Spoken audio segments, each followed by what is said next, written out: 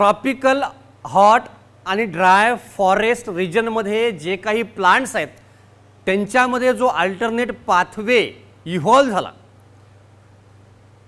To avoid photorespiratory loss and increase efficiency of CO2 fixation, त्या alternate पाथवेला आपण C4 cycle असं म्हणलं.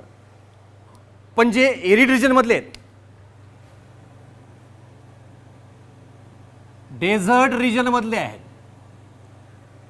आपल्याला माहीत आहे एरिड रिजनमध्ये डेझर्ट रिजनमध्ये दोन प्रकारचे झिरोफायटिक प्लांट्स असतात. त्या झेरिक हॅबिटॅटमध्ये हे दोन झिरोफायटिक प्लांट म्हणजे एक फ्लेशी आणि एक नॉन फ्लेशी. तर या रिजनमधल्या सक्युलंट झिरोफायटिक प्लांटमध्ये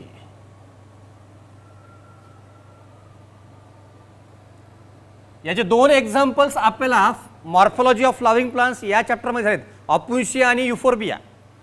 तर अशा काही प्लांट्समध्ये स्कोटो ॲक्टिव्ह स्टोमॅटा असतो.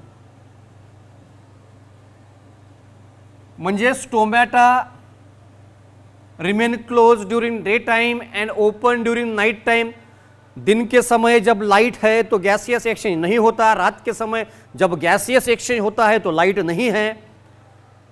तो ये जो सबसे बड़ी प्रॉब्लम है, इस प्रॉब्लम को ओवरकम करने के लिए इन प्लांट्स में जो अल्टरनेट मैकेनिज्म इवॉल्व हुआ फॉर ग्लूकोसिंथेसिस फॉर CO2 फिक्सेशन, उस पाथवे को हमने कैम कहा, क्रासुलेशन ॲसिड मेटाबॉलिझम. क्रासुलेशन ॲसिड मेटाबॉलिझम हे नाव का पडलं हे आपण नंतर बघू. पण ह्या प्लांट्समध्ये जे अल्टरनेट पाथवे होतो ग्लुकोज सिंथेसिसचा, आपण आधी ते समजून घेऊ. लाईक इन C4 प्लांट्स, या प्लांट्समध्ये सुद्धा CO2 फिक्सेशन दोनदा होतं. पण या प्लांट्समध्ये क्रॅन्स एनाटॉमी इज ॲब्सेंट. हा पॉइंट लक्षात ठेवा. मिझोफिल सेलमध्ये जो क्लोरोप्लास्ट असतो, मिझोफिल रिजनमध्ये जो क्लोरोप्लास्ट असतो त्याच्यामध्ये ग्रॅना आणि स्ट्रोमा असतात. नॉर्मल क्लोरोप्लास्ट असतो, डायमॉर्फिक क्लोरोप्लास्ट नसतो. क्रॅन्स एनाटॉमी इज ॲब्सेंट. पण या स्ट्रोमामध्ये कार्बन डायऑक्साईड ॲक्सेप्टर RUDP आणि एन्झाईम रुबिस्को हे दोन्हीही प्रेझेंट असतात. पण अजून एक कार्बोक्सिलेटिंग एन्झाईम प्रेझेंट असतो, पेपकेज. हा पॉइंट थोडासा लक्ष देऊन ऐका. सबस्ट्रेट एकच आहे RUDP, एन्झाईम दोन आहेत, रुबिस्को एन्झाईम और पेपकेज एन्झाईम. पेपकेज एन्झाईमचा सबस्ट्रेट पेपा आहे. पेपकेज एन्झाइम का सबस्ट्रेट फॉस्फोइनॉल पायरुविक एसिड है, वो तो एब्सेंट है.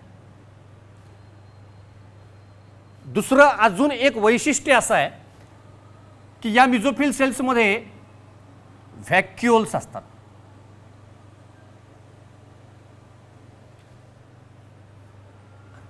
आणि मेकॅनिझम जे आहे फोटोसिंथेसिसचं ते दोन पार्टमध्ये डिव्हाइड होतं. Dark reaction, glucose synthetic pathway दोन पार्टमध्ये डिवाइड होतो. पार्टली काही reactions takes place during night time when stomata remain open, जब गैसियस एक्सचेंज हो सकता है. लेकिन during night time rubisco enzyme RUDP नहीं बनता, रुबिस्को एंजाइम भी एक्टिव नहीं होता. तो यहां पर कार्बन डाइऑक्साइड को एक्सेप्ट करने वाला फॉस्फोइनॉल पायरुविक एसिड होता है. लेकिन ये फॉस्फोइनॉल पायरुविक एसिड तो क्लोरोप्लास्ट में नहीं है. ये आया कहाँ से? ये एक प्रॉब्लम, एक 2 मिनट के बाद हम डिस्कस करने वाले हैं ये आया कहाँ से. तो 3 कार्बन का पेपा एक कार्बन के साथ CO2 के साथ कंबाइन हुआ. डिफॉस्फोरिलेशन और carboxylation takes place simultaneously in the presence of enzyme PEPCase. ये ऑक्सैलो एसिटिक एसिड में कन्वर्ट हुआ. ऑक्सैलो एसिटिक एसिड का कन्वर्शन मैलिक एसिड में हुआ, ये कन्वर्शन होने के लिए रिडक्शन होना जरूरी है। रिड्यूसिंग पावर तो ड्यूरिंग नाइट टाइम नहीं होती, लेकिन ये भी रात के समय इस प्लांट को अवेलेबल होती है। अब ये जो मैलिक एसिड है जो ड्यूरिंग नाइट टाइम सिंथेसाइज हुआ, ये मैलिक एसिड स्टोर हुआ वैक्यूल में। वैक्यूल में स्टोर हुआ, जितनी वैक्यूल की कैपेसिटी है, जितना कार्बन डाइऑक्साइड वो क्लोरोप्लास्ट फिक्स कर सकता है और स्टोर कर सकता है मैलिक एसिड को, उतना मैलिक एसिड स्टोर हुआ। तो मैलिक एसिड का सिंथेसिस हुआ, मैलिक एसिड का कॉन्सेंट्रेशन बढ़ा। This synthesis of malic acid is called as acidification.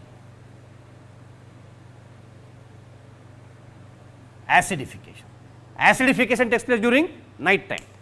अब दिन के समय क्या हुआ, ये मैलिक एसिड फिर से वैक्यूल के बाहर निकला, डीकार्बोक्सिलेशन और ऑक्सीडेशन हुआ, CO2 रिलीज हुआ। अब स्टोमेटा क्लोज है, फिर भी CO2 अब इस क्लोरोप्लास्ट को अवेलेबल हुआ। तो ये malic acid during day time decarboxylation हुआ, ऑक्सीडेशन हुआ और it is converted into pyruvic acid. ह्याच्या पुढचं जे मेकॅनिझम आहे हे आपण नंतर बघू। एक 2 मिनिट आधी आपण हे इथं प्रॉब्लेम हे सॉल्व करून घेऊ।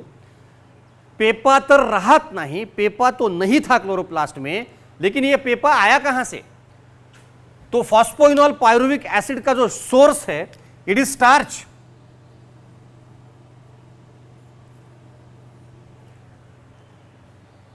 स्टार्च जो है, मान लो एक स्टार्च का मॉलिक्यूल है, एक स्टार्च, इसमें 300 ग्लूकोज है।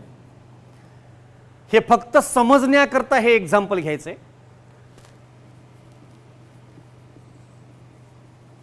ये 300 ग्लूकोज ड्यूरिंग नाइट टाइम, रात के समय ग्लाइकोलिसिस हो सकता है, और ग्लाइकोलिसिस होने के बाद ग्लाइकोलिसिस का जो एंड प्रोडक्ट है पायरुविक एसिड, उसके पहले फॉस्फोइनोल पायरुविक एसिड बनता है। एक ग्लूकोज से 2 पेपा और 2 NADH2 बनते हैं। 300 ग्लूकोज का ग्लाइकोलिसिस हुआ तो 600 पेपा बने और 600 NADH2 बने। 600 पेपा 600 कार्बन डाइऑक्साइड को स्टोर कर सकते हैं, एक्सेप्ट कर सकते हैं। 600 ऑक्सैलो एसिटिक एसिड बने। 600 NADH2, 600 NADH2 ने यहां पर हाइड्रोजन दे दिया। 600 NADH2 are utilise for the reduction of 600 oxaloacetic acid. तो 600 मैलिक एसिड बने और ये 600 NAD+। अब 600 मैलिक एसिड स्टोर हुए वैक्यूल में ड्यूरिंग नाइट टाइम, और ये 600 मैलिक एसिड का डीकार्बोक्सिलेशन हुआ। 600 CO2 यहां पर रिलीज हो गए। ये जो 600 NAD थे ये भी NADH2 में कन्वर्ट हुए और 600 पायरुविक एसिड बना। ये जो 600 पायरुविक एसिड है इसका 600 पेपा में कन्वर्शन हुआ by the enzyme pyruvate dikinase. C4 plant में भी रीजनरेशन के समय पायरुविक एसिड का कन्वर्शन पेपा में होता है। तो यही एंजाइम है pyruvate dikinase. It utilise 2 ATP to convert pyruvic acid into phosphoenol pyruvic acid. तो यहां पर 1200 ATP लगेंगे। During day time light energy is available. जो रात के समय मैलिक एसिड स्टोर हुआ वो मैलिक एसिड का ऑक्सीडेशन हुआ, ऑक्सीडेटिव डीकार्बोक्सिलेशन। रात के समय मैलिक एसिड बना, दिन के समय मैलिक एसिड का डिग्रेडेशन हुआ, तो इसे हमने नाम दिया डी एसिडिफिकेशन। रात के समय मैलिक एसिड बना, एपियर हुआ, दिन के समय मैलिक एसिड डिसएपियर हुआ, एसिडिफिकेशन और डी एसिडिफिकेशन। तो जैसे ही पेपा बना, रिवर्स ग्लाइकोलिसिस हुआ, 600 पेपा का रिवर्स ग्लाइकोलिसिस हुआ, जितने भी NADH2 चाहिए थे ये यहां पर, और 300 ग्लूकोज बने। 300 ग्लूकोज में अल्फा 1,4 ग्लाइकोसाइडिक बॉन्ड फॉर्म हुआ और एक स्टार्च हुआ। समझ लो ये प्रोसीजर, एक स्टार्च 300 ग्लूकोज से ग्लाइकोलिसिस होने के बाद 600 पेपा 600 मैलिक एसिड में कन्वर्ट हुए, 600 मैलिक एसिड 600 पायरुविक एसिड में कन्वर्ट हुए, 600 पायरुविक एसिड का फिर से 300 ग्लूकोज और एक स्टार्च बना। तो एक स्टार्च जो है इसे किसी भी तरह का नुकसान नहीं हुआ, लेकिन प्लांट को अब 600 कार्बन डाइऑक्साइड प्राप्त हुए।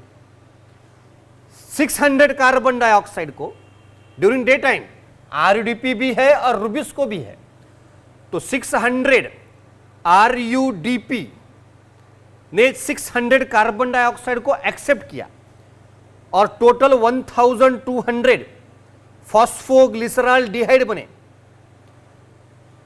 इसमें से 200 PGL डाइवर्ट हुए सिंथेसिस के लिए और 100 ग्लूकोज बने। रिमेनिंग 1000 रिजनरेट हुए RUDP में। तो यहां पर अगर 300 ग्लूकोज का कॅपिटल इन्व्हेस्टमेंट समजून घ्या व्यवस्थित, 300 ग्लूकोज जर खर्च केले ह्या प्लांटनं, त्याला टोटल 300 ग्लूकोजला 300 ग्लूकोज परत मिळतात, काहीही लॉस होत नाही, पण 100 ग्लूकोजचा फायदा होतो। अशा प्रकारचं diurnal fluctuation in acid metabolism, malic acid का बनना एनाबॉलिक, मैलिक एसिड का डिसएपियर होना कैटाबॉलिक, कंस्ट्रक्शन होना डिस्ट्रक्शन होना, एसिडिफिकेशन डी एसिडिफिकेशन, मैलिक एसिडचं एनाबॉलिझम आणि कॅटाबॉलिझम, हे जे मेटाबॉलिझम आहे हे ऍसिडचं मेटाबॉलिझम आहे। मैलिक एसिडचं एनाबॉलिझम, मैलिक एसिडचं कॅटाबॉलिझम, हे जे एसिड मेटाबॉलिझम है, सगळ्यात आधी सबसे पहले इसे डिस्कवर किया गया ब्रायोफाइलम में। इसे डिस्कवर किया गया ब्रायोफाइलम में। ब्रायोफाइलम सक्कुलेंट ज़ीरोफाइटिक प्लांट, जिसकी फैमिली है क्रासुलेसी, म्हणून याला crassulacean acid metabolism, in short CAM pathway असं म्हणतात। ब्रायोफाइलम हे एक एक्झाम्पल, बाकी सगळे सक्युलंट झिरोफायटिक प्लांट जे आपल्याला माहीत आहेत, मॉर्फोलॉजी ऑफ फ्लावरिंग प्लांट या चॅप्टर मधले ऑपुन्शिया, युफोर्बिया, कॅक्टस, आणि अजून एक प्लांटचं नाव तुम्हाला लक्षात ठेवायचं आहे, पाइनएपल। आणि अशा प्रकारे सक्युलंट झिरोफायटिक प्लांटला जी अडचण होती, जे प्रॉब्लेम होता, तो प्रॉब्लेम कार्बन डायऑक्साइड फिक्सेशन करता, ग्लुकोज सिंथेसिस करण्याकरता तो अशा प्रकारचा अल्टरनेट पाथवे इव्हॉल्व करून त्या प्लांटने इफेक्टिव्ह ग्लुकोज सिंथेसिस केलं। And this alternate pathway takes place in succulent xerophytic plant is called as CAM pathway. तो rate of photosynthesis is depend on many external factors as well as internal factors. Internal factor वो होते हैं जो plant के factors होते हैं। Internal factors are depend on genetic predisposition. Genetic predisposition यानी क्या? प्लांट का जो जेनेटिक आर्किटेक्चर होता है, वो जेनेटिक आर्किटेक्चर के हिसाब से ही प्लांट को नंबर ऑफ लीव्स लगते हैं। एक मिजोफिल रीजन में कितने मिजोफिल सेल्स हो, एक सेल में कितने क्लोरोप्लास्ट हो, क्लोरोफिल कंटेंट कितना है, internal structure of leaf, pH है, ये सभी इंटरनल कैरेक्टर जो है प्लांट्स के, उसको हमने कहा इंटरनल फैक्टर्स। और जो एक्सटर्नल एटमॉस्फेरिक इन्वायरमेंटल फैक्टर्स है उसे हमने कहा एक्सटर्नल फैक्टर्स, जैसे कि लाइट, टेम्परेचर, कार्बन डाइऑक्साइड का कॉन्सेंट्रेशन, ऑक्सीजन का कॉन्सेंट्रेशन, वाटर का कॉन्सेंट्रेशन। तो photosynthesis, rate of photosynthesis is depend on more than one factor, इसलिए law of limiting factor is applicable to the photosynthesis. तो law of limiting factor was propose by F Blackman in 1905। तो law of limiting factor है क्या?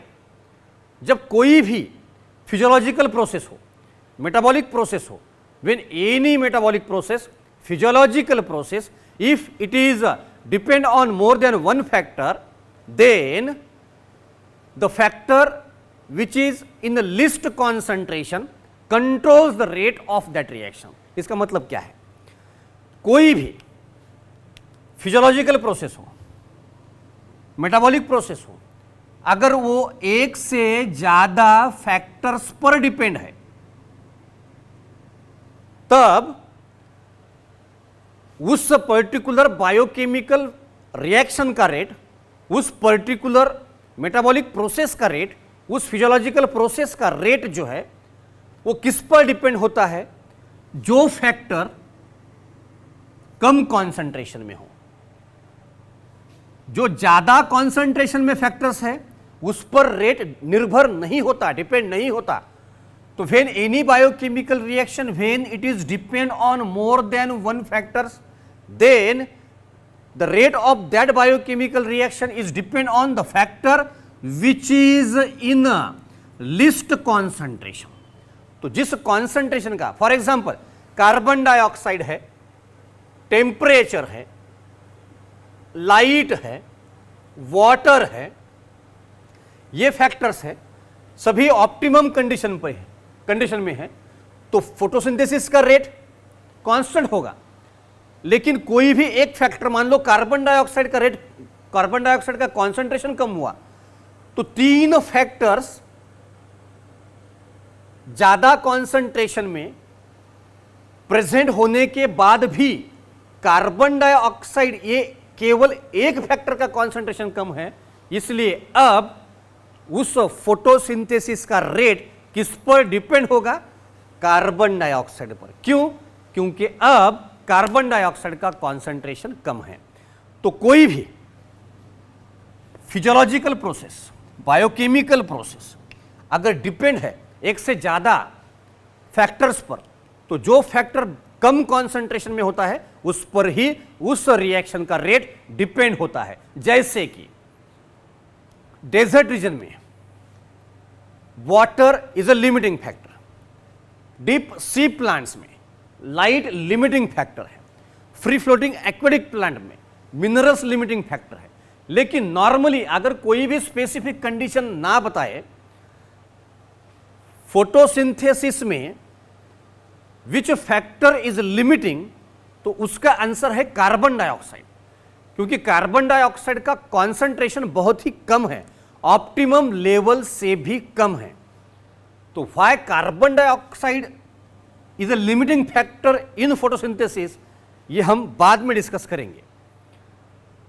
तो एक पहला factor light है। कोई भी फैक्टर, कोई भी जब मिनिमम कॉन्सेंट्रेशन हो,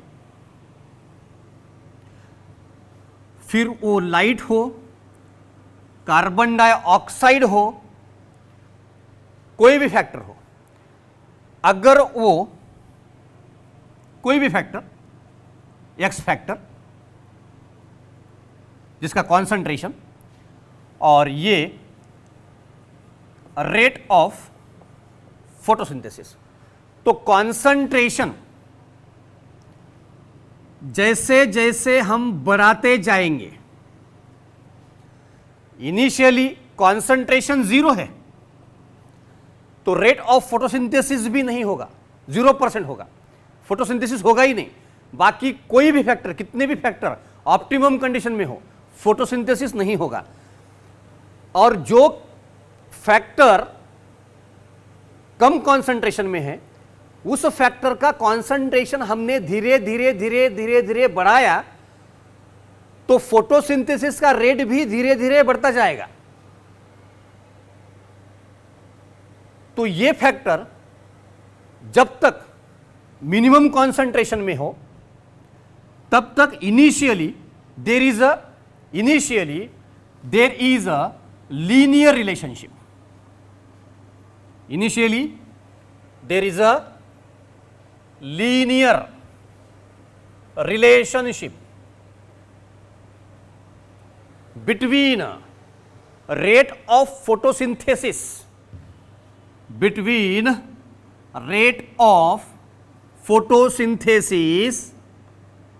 and कोई भी फैक्टर हो, उस फैक्टर का कॉन्सेंट्रेशन। इनिशियली जैसे जैसे हम कोई भी फैक्टर का कॉन्सेंट्रेशन बढ़ाते गए, उसी स्पीड से फोटोसिंथेसिस का रेट बढ़ेगा। इसका मतलब है initially there is a linear relationship between rate of photosynthesis and concentration of that X factor, फिर वो लाइट हो या कार्बन डाइऑक्साइड हो। लेकिन एक कॉन्सेंट्रेशन ऐसा आता है उसके बाद फोटोसिंथेसिस का रेट नहीं बढ़ सकता। Rate of photosynthesis become constant. तो at particular concentration rate of photosynthesis become constant.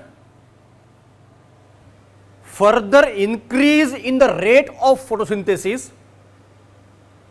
does not take place with the increase in concentration of that factor. कोई भी हो, लाइट हो या CO2 हो, ये जो है ये कॉन्सेंट्रेशन, ये इसे हम सैचुरेशन पॉइंट कहेंगे। इसे हम सैचुरेशन पॉइंट कहेंगे। एक बार अगर सैचुरेशन लेवल तक वो फैक्टर पहुंच गया तब फोटोसिंथेसिस का रेट नहीं बढ़ता, क्योंकि दूसरा कोई तो फैक्टर अब लिमिटिंग होगा, कम कॉन्सेंट्रेशन में होगा। तो अब यहां यक्स फैक्टर जो है, यहां पर हमने लाइट कंसीडर किया, तो लाइट की इंटेंसिटी अगर 0% है तो फोटोसिंथेसिस का रेट भी 0% होगा। जैसे जैसे हमने लाइट की इंटेंसिटी बढ़ा दी, initially there is a linear relationship between light intensity and rate of photosynthesis, लेकिन 5%, 10%, जैसे जैसे हमने लाइट की इंटेंसिटी बढ़ा दी वैसे वैसे फोटोसिंथेसिस का रेट भी बढ़ गया। एक पर्टिकुलर लाइट की इंटेंसिटी ऐसी है 10%, वहां तक फोटोसिंथेसिस का रेट बढ़ गया। Beyond 10%, 11, 12, 13, 14, 15 up to 20% light intensity, कितनी भी लाइट की इंटेंसिटी हमने बढ़ा दी तो फोटोसिंथेसिस का रेट नहीं बढ़ता। तो यहां पर rate of photosynthesis become constant. This 10% of light intensity is called as light saturation point. It is called as light saturation point. उसी तरह कार्बन डाइऑक्साइड का कॉन्सेंट्रेशन है। तो अभी कार्बन डाइऑक्साइड का प्रेजेंट डे एटमॉस्फेरिक कॉन्सेंट्रेशन कितना है? 0.03% से लेके 0.04%। 300 ppm टू 400 ppm या 300 माइक्रोलीटर पर लीटर से लेके 400 माइक्रोलीटर पर लीटर। तो जब अब यहां पर हम क्या करेंगे, लाइट नहीं कार्बन डाइऑक्साइड का इफेक्ट देखेंगे फोटोसिंथेसिस पर। बेसिक कंसेप्ट याद रखो, कोई भी फैक्टर जब मिनिमम कॉन्सेंट्रेशन में होता है और तो वो लिमिटिंग फैक्टर होता है। इनिशियली जैसे जैसे हमने कॉन्सेंट्रेशन बढ़ा दिया वैसे वैसे रेट ऑफ फोटोसिंथेसिस भी बढ़ता जाएगा up to certain limit point, beyond which further increase in photosynthesis is not possible, that is saturation point. Light saturation point 10%। अब कार्बन डाइऑक्साइड का इफेक्ट फोटोसिंथेसिस के रेट पर क्या होता है वो देखेंगे। तो यहां पर 0% कार्बन डाइऑक्साइड का कॉन्सेंट्रेशन है, 0.01%, 0.02%, 0.03%, 0.04%, 0.05% नॉर्मली नहीं हो सकता, लेकिन आर्टिफिशियली हमने अगर इंक्रीज किया तो मान लो आर्टिफिशियली इंक्रीज करने के बाद कार्बन डाइऑक्साइड का कॉन्सेंट्रेशन बियॉन्ड 0.04% क्या होता है देखेंगे। तो जब कार्बन डाइऑक्साइड का कॉन्सेंट्रेशन 0% है तो रेट ऑफ फोटोसिंथेसिस भी 0% होगा। जैसे जैसे हमने कार्बन डाइऑक्साइड का कॉन्सेंट्रेशन बढ़ा दिया तो initially there is a linear relationship between rate of photosynthesis and carbon dioxide concentration. लेकिन एक पॉइंट ऐसा है, एक स्पेसिफिक कॉन्सेंट्रेशन ऐसा है 0.036% या 360 ppm या 360 माइक्रोलीटर पर litre. Beyond 360 ppm rate of photosynthesis will not increase with the increase in CO2 concentration. तो बियॉन्ड 360 ppm फोटोसिंथेसिस का रेट नहीं बढ़ता इन C4 प्लांट। तो C4 प्लांट का carbon dioxide saturation point, CO2 saturation point of a C4 plant 360 ppm या 0.036% या 360 microlitre पर litre होता है। वही C3 प्लांट के लिए initially same, initially there is a linear relationship between rate of photosynthesis and CO2 concentration. At specific point photosynthesis का rate become constant, वो है C3 प्लांट का 0.045% या 450 ppm या 450 माइक्रोलीटर पर लीटर। C4 प्लांट का लाइट सैचुरेशन पॉइंट ज्यादा है और C3 प्लांट का लाइट सैचुरेशन पॉइंट कम है। नेचुरली C4 प्लांट का अडेप्टेशन हाई लाइट इंटेंसिटी को और हाई टेम्परेचर को हुआ है, लेकिन कार्बन डाइऑक्साइड सैचुरेशन पॉइंट जो है वो C3 प्लांट का ज्यादा है और C4 प्लांट का कम है।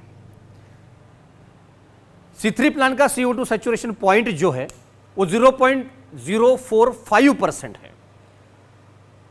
और law of limiting factor discuss करते समय हमने देखा कि फोटोसिंथेसिस में which factor is limiting, carbon dioxide. Why? All algae, all bryophytes, पूरे टेरिडोफाइट्स, सारे के सारे जिम्नोस्पर्म्स और 95% एंजियोस्पर्मिक प्लांट किंगडम में 99% प्लांट्स आर C3 प्लांट। तो अगर कोई भी स्पेसिफिक कंडीशन नहीं पूछा जाए, जैसे कि डेजर्ट हो, फ्री फ्लोटिंग एक्वेटिक प्लांट्स हो, नॉर्मली इन टेरेस्ट्रियल प्लांट या in plants which factor is limiting, तो CO2। Why? Because C3 plant C3 plant की रिक्वायरमेंट, C3 प्लांट का सैचुरेशन, C3 प्लांट को ऑप्टिमम कार्बन डाइऑक्साइड का concentration चाहिए होता है 0.045%, लेकिन 0.03 से लेके 0.04% तक ही प्रेजेंट एटमॉस्फेरिक कॉन्सेंट्रेशन है। उससे ज़्यादा कार्बन डाइऑक्साइड का कॉन्सेंट्रेशन पॉसिबल नहीं हो सकता। 0.03% से लेके 0.04% तक ही कार्बन डाइऑक्साइड का कॉन्सेंट्रेशन है। इसलिए in photosynthesis CO2 is a limiting factor. Water का भी ऐसे ही है। वाटर अगर कम है तो directly it affects the rate of photosynthesis, क्योंकि water is one of the substrate. Carbon dioxide और वाटर दो सबस्ट्रेट है। सबस्ट्रेट ही कम होगा तो फोटोसिंथेसिस का रेट भी कम होगा। उसका इनडायरेक्ट इफेक्ट ये है कि वाटर की अवेलेबिलिटी अगर कम है तो स्टोमेटा पार्शियली क्लोज होंगे और प्लांट विल्टिंग इफेक्ट दिखाएगा। और स्टोमेटा पार्शियली क्लोज होते हैं तो कार्बन डाइऑक्साइड भी अवेलेबल ज़्यादा नहीं हो सकता। गैसियस एक्सचेंज में भी 50% कटौती होती है। टेम्परेचर का भी वैसे ही है। टेम्परेचर अगर कम हो तो फोटोसिंथेसिस का रेट मिनिमम होता है, अगर वो ऑप्टिमम हो तो ही फोटोसिंथेसिस का रेट मैक्सिमम होता है। अगर टेम्परेचर ज्यादा हो तो फोटोसिंथेसिस का रेट डिक्लाइन हो जाता है। फोटोसिंथेसिस मैक्सिमम हो सकता है सिर्फ ऑप्टिमम टेम्परेचर पर ही। तो C3 प्लांट का CO2 सैचुरेशन पॉइंट जो है वो है 0.045% या 450 ppm, और C4 प्लांट का 360 ppm 0.036%। तो C4 प्लांट को जितना ऑप्टिमम कार्बन डाइऑक्साइड चाहिए वो एटमॉस्फेयर में है, लेकिन C3 प्लांट की जो रिक्वायरमेंट है वो एटमॉस्फेयर में नहीं है। इसलिए हमने ग्रीन हाउस में एक C3 प्लांट लगाया और एक C4 प्लांट लगा दिया। कार्बन डाइऑक्साइड का कॉन्सेंट्रेशन 0% है। आर्टिफिशियली हमने CO2 का कॉन्सेंट्रेशन बढ़ा दिया, 0.01% कर दिया। लाइट ऑप्टिमम है, वाटर ऑप्टिमम है, मॉइस्चर, बाकी जितने भी फैक्टर्स है सभी ऑप्टिमम कंडीशन में है। ग्रीन हाउस में हम आर्टिफिशियली किसी भी फैक्टर को कंट्रोल कर सकते हैं। तो जब 0% CO2 का कॉन्सेंट्रेशन था तो फोटोसिंथेसिस 0% था। जैसे ही हमने 0.01% कर दिया, इसमें भी फोटोसिंथेसिस हुआ, इसमें भी 0.02% कर दिया, इसमें भी फोटोसिंथेसिस हुआ, इसमें भी 0.03% हुआ। तो C3 प्लांट ने भी रिस्पॉन्स दिया और C4 प्लांट ने भी रिस्पॉन्स दिया। 0.036% कर दिया तो दोनों प्लांट ने रिस्पॉन्स दिया। CO2 कॉन्सेंट्रेशन जो बढ़ने लगा, उस बढ़ते हुए CO2 कॉन्सेंट्रेशन को दोनों भी प्लांट ने रिस्पॉन्स दिया। प्रोडक्टिविटी इंक्रीज हुई, फोटोसिंथेसिस का रेट भी बढ़ा। लेकिन अब 0.04% को C4 प्लांट ने रिस्पॉन्स नहीं किया, लेकिन C3 प्लांट में फिर से प्रोडक्टिविटी इंक्रीज हुई। C3 प्लांट में फोटोसिंथेसिस का रेट बढ़ा। फिर से हमने 0.045% कर दिया तो C3 प्लांट में फोटोसिंथेसिस का रेट बढ़ा, लेकिन इसमें कांस्टेंट रहा। तो यहां तक जो कॉन्सेंट्रेशन है कार्बन डाइऑक्साइड का वो ग्रीन हाउस के बाहर भी है नेचुरली। तो ग्रीन हाउस में केवल C3 प्लांट को ही कल्टीवेट करने से उसमें प्रोडक्टिविटी बढ़ती है, और ये प्रोडक्टिविटी का बढ़ना in artificial CO2 concentration, high CO2 concentration is called as CO2 fertilization effect. It is called as CO2 fertilization effect. देखिए ये NCERT में एक पैराग्राफ है। C3 plants respond to higher CO2 concentration by showing increased rates of photosynthesis leading to higher productivity, that is CO2 fertilization effect, has been used for greenhouse crops such as tomato and bell pepper. C3 plant को ही अगर हमने green house में cultivate किया तो ही हमें increasing productivity मिलेगी, like tomato and bell pepper. तो this increase in productivity in greenhouse to artificial high CO2 concentration is called as CO2 fertilization effect.